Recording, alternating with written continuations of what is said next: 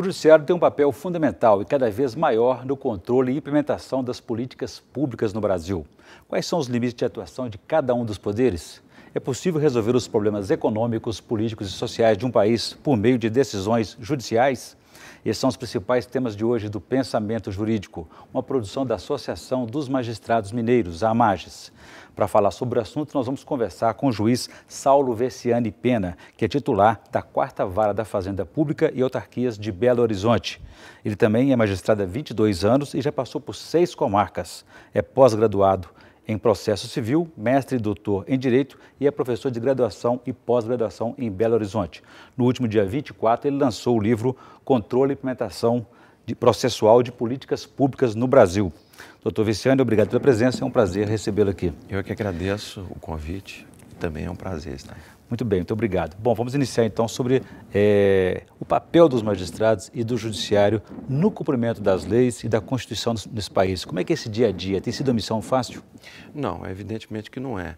Ocorre o seguinte, que o objetivo é exatamente lançar a ideia de que não é propriamente o magistrado que implementa políticas públicas ou que faz o controle dessas políticas públicas, mas é o próprio cidadão por intermédio do processo judicial. Na verdade, o Poder Judiciário ele serve como um espaço, tal como o Poder Legislativo e o Poder Executivo, para que o cidadão possa obter os seus direitos e a implementação da Carta Constitucional. Ou seja, a via judicial é um dos caminhos de efetivação concreta dessas políticas públicas no país? Sem dúvida nenhuma. Quando se fala em políticas públicas, muitas vezes o cidadão tem a ideia de que se trata de uma benesse ou de uma concessão advinda do poder público. E o que eu trato exatamente no livro, que não é isso. Na verdade, isso é um direito que já decorre do texto constitucional ou dos princípios constitucionais. Ou seja, o judiciário precisa ser provocado para entrar, para resolver o problema. Não resta dúvida. É essa questão também que se discute, seria a legitimidade das decisões judiciais no tocante às políticas públicas. Como o Poder Judiciário, ele tem que ser provocado pelo cidadão, ele não age, portanto, de ofício. Além disso, ele está jungido, quer dizer, ele está adstrito ao processo judicial, ao devido processo legal. Evidentemente, as decisões ali ganharão um grau de legitimidade muito grande. Aí surge aquela polêmica, aquela interpretação. O que é o ativismo judicial, o que é a judicialização das políticas públicas ou da vida política? Como é que separa uma coisa da outra? Exatamente. Inclusive, eu não concordo respeito àqueles que vieram com essa expressão, com esse termo, judicialização, mas a verdade eu digo que não se trata propriamente de uma judicialização de políticas públicas no judiciário. Se trata sim de uma implementação de um controle processual dessas políticas públicas. Não é o juiz ou o Poder Judiciário que age se colocando à frente dos desejos dos cidadãos, mas sim o cidadão que vai à busca da implementação daqueles direitos que muitas vezes ele não alcançou na via legislativa ou na via executiva. Então, estamos falando de papéis, os papéis dos 3 poderes, de cada um dos 3 poderes e da própria sociedade. Sem dúvida alguma. Agora, então, não é verdade, então, aqueles que dizem que o reconhecimento dos direitos sociais estão refém desse ativismo judicial? De jeito nenhum. Evidentemente que o processo judicial que vai orientar a conduta do magistrado permite, então, que o cidadão ele se indisponha, se crie uma resignação ou a resignação contra a decisão judicial. Quando nós falamos de processo judicial, tem uma série de momentos de rito e que resultam numa decisão judicial que pode ser, inclusive, objeto de recurso, quer dizer, pode ser objeto de reexame por outros juízes, desembargadores, ministros, etc.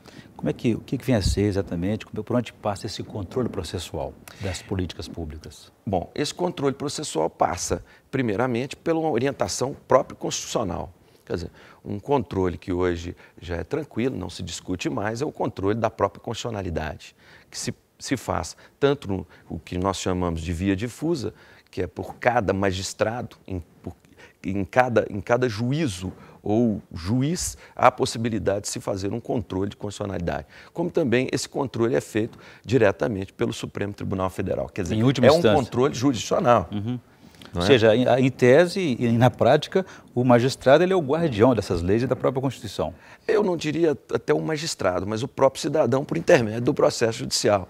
Quer dizer, o juiz nada mais vai representar do que o desejo do cidadão. Quer dizer, ele vai expressar o desejo do cidadão por intermédio da decisão judicial. Não é ele agindo de ofício ou por si próprio ou por um desejo pessoal, mas sim orientado pelo processo judicial, que é originado por parte do cidadão. Como é que o senhor vê o papel do judiciário em situações até nas políticas públicas de saúde no Brasil, em que muitas vezes cirurgias são decididas na mesa do juiz, no bater do martelo do juiz? Normalmente, quando ocorrem situações como esta, é porque o cidadão, como eu disse, ele já foi nas vias comuns, que nós poderíamos dizer assim. Seria através do executivo, procurando seus planos de saúde ou procurando os planos, a previdência pública. Ocorre que muitas vezes ele não atinge esse objetivo. Ele esgota todo o processo. E aí tem que procurar o Poder Judiciário. O Poder Judiciário, então, ele vai agir por intermédio desse processo judicial e com base na prova produzida pelo cidadão e também produzida pelo Poder Público. O Poder Público é ouvido. Não há possibilidade de decisão judicial sem que haja manifestação de ambas as partes.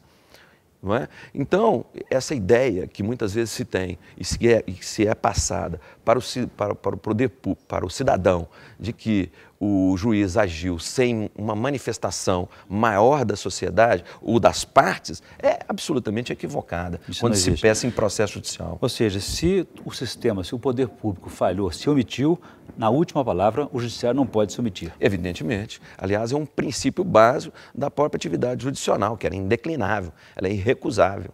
No medida em que há provocação do judiciário, o judiciário tem que dar uma resposta. Muito bem. Doutor Vicente, vamos fazer um pequeno intervalo. Gostaria que no próximo bloco o senhor contasse para a gente um pouco mais sobre os meios de controle judicial dessas políticas públicas e dos atos do Estado. Com prazer. A gente volta em instantes.